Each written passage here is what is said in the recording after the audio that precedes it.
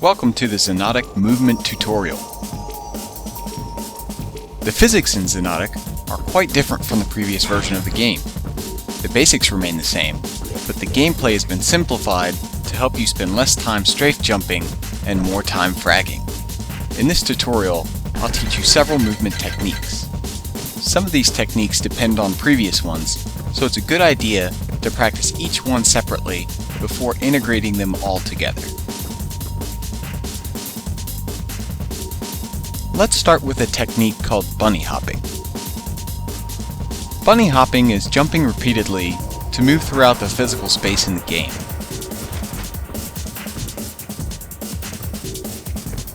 It removes the friction between you and the ground, which helps you gain much more speed over normal, grounded movement. You might be familiar with bunny hopping from other first-person shooter games. Xonotic is very similar. To bunny hop, you hold down the forward and jump keys at the same time, just like this. A special feature in Xonotic is that you don't need to release the jump button between your jumps. You can simply hold it down to continue bunny hopping. To make things even more simple, bunny hopping gives you the greatest acceleration of all non-weapon movement tricks. This means that difficult strafe jumping tricks from other games are not needed and are oftentimes useless in Xonotic. Next, let's talk about turning. When bunny hopping, you'll quickly gain speed. If you continue only moving forward, you will eventually bump into a wall. This is where turning becomes important. We'll cover forward turning first. As its name indicates, forward turning is done by holding down the forward button and looking around with the mouse.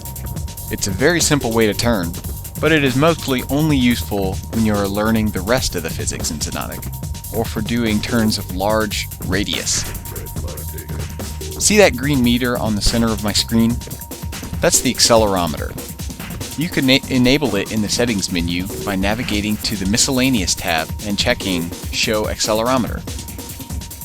It's very helpful for finding out if you're moving around correctly, because in the end, it is maximum acceleration we are striving for when practicing movement.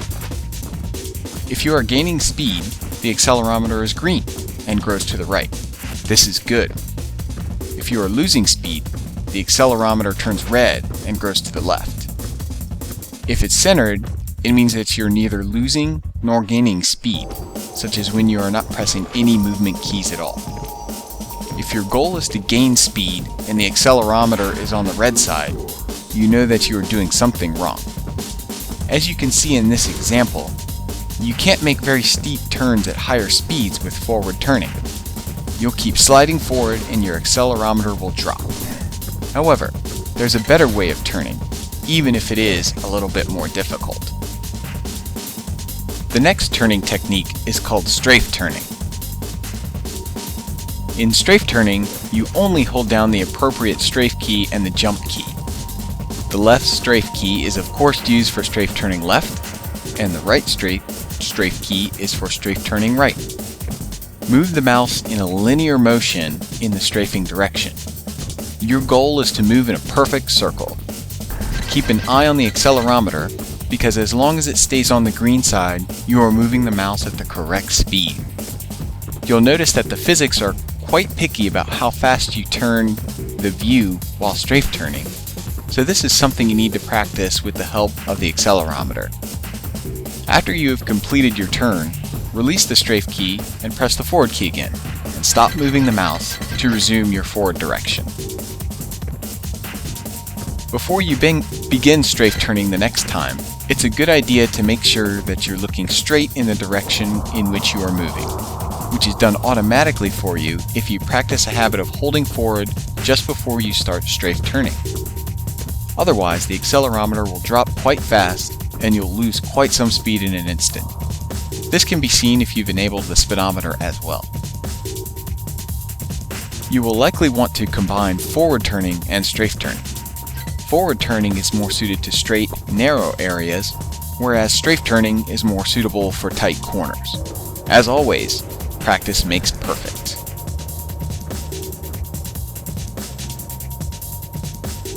Let's now turn our attention to some advanced movement techniques. At this point, you should have practiced every move thus far in the tutorial. Mastery of these basic moves we've covered so far are essential before we move on to the remaining ones.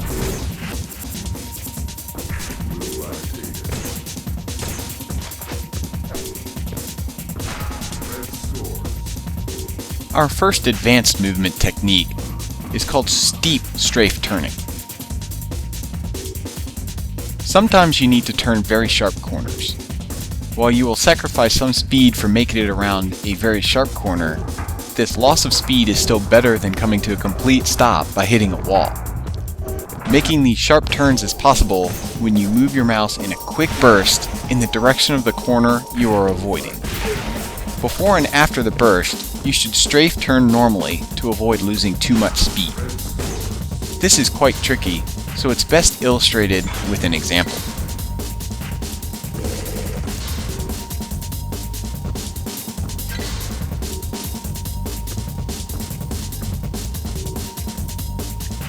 Next, let's talk about air control. As fun as it may be, you aren't going to be racing around on the floor all the time. Many of the movement techniques we've discussed are applicable in the air as well, and can be used for clever air maneuvers. As you might have noticed, a major difference from the previous version of this game is that the strafe keys alone don't give you a whole lot of acceleration, but instead, diagonal strafing will. The reason behind this is that it allows for strafe turning, which gives you more controlled turning while jumping around. Diagonal strafing is done by holding forward together with either of the strafe keys, or alternatively by holding backwards together with either of the strafe keys. Also, forward and backwards alone give you a lot of acceleration, so basically anything except the strafe keys alone will do for powerful air control. Diagonal strafing can be useful for dodging rockets, but still keeping your aim on target. Or for air control in general when falling. Or when circle strafing around an enemy.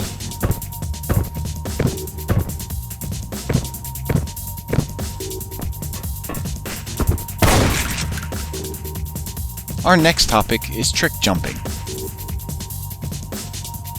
Trick jumps are features of many maps that allow you to gain height with just a bit of timing and bunny hopping. They can be put there intentionally by mappers, or just discovered later by players. Often it's a slope which you approach with speed in order to jump up onto a ledge or platform above. The slope converts your horizontal speed into vertical speed, so the greater the speed you have coming into the trick jump, the higher you can go. The trick to get the most height out of the slope is to hit the ground just before the slope starts, so you'll get the vertical speed from both the jump and hitting the slope at the same time. Generally, you'll want to zigzag just enough with strafe turning so that you can aim your landing into the correct spot.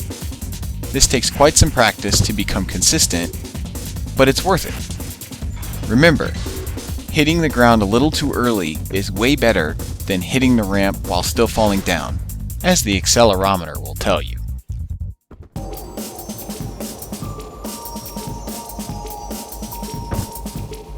Our final topic in this tutorial is laser jumping.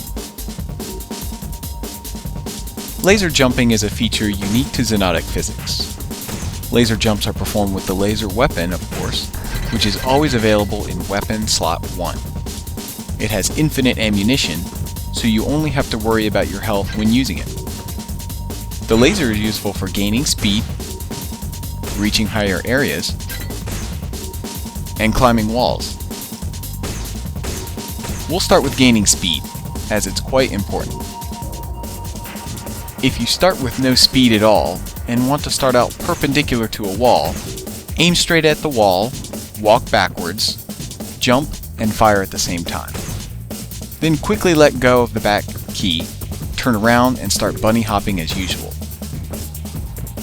Let's do this again in slow motion. Aim at the wall, hit back, jump, and fire at the same time. Release the back button, turn around, and continue bunny hopping. If you already have some speed, or want to start out at an angle, aim at the wall at an angle, like this. Once again, with some speed. You can also do this when there are no walls nearby. Instead of aiming at a wall, aim at the ground, then jump and fire at the same time. Again, with some speed. With speed, you might find it easier instead to shoot straight down at the peak of your jump, like in this example. Next up is reaching higher areas. This is done with a normal laser jump, which involves aiming straight down, jumping, and immediately afterwards firing the laser. The timing takes some time to get used to, but you'll immediately notice if you get it wrong, because you'll not jump very high at all, as you can see. When you've gotten used to it, you can even time it correctly after a bunny hop. If you want to get even higher up, you'll need to find a more powerful weapon, like the grenade launcher or the rocket launcher, both of which will hurt you a lot more. Alternatively, find a wall which you can climb with the laser. There's a certain correct angle that you need to get used to when laser climbing. Other than that, it's nothing very special. Stand next to a wall, look perpendicular to it, and hold forward. Start out with a normal laser jump. Then aim at the wall at approximately this angle, and keep the fire button pressed.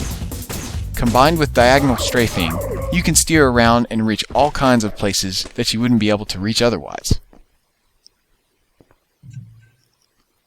Alright, that's everything for now. Have fun playing Xonotic, and thanks for watching this movement tutorial.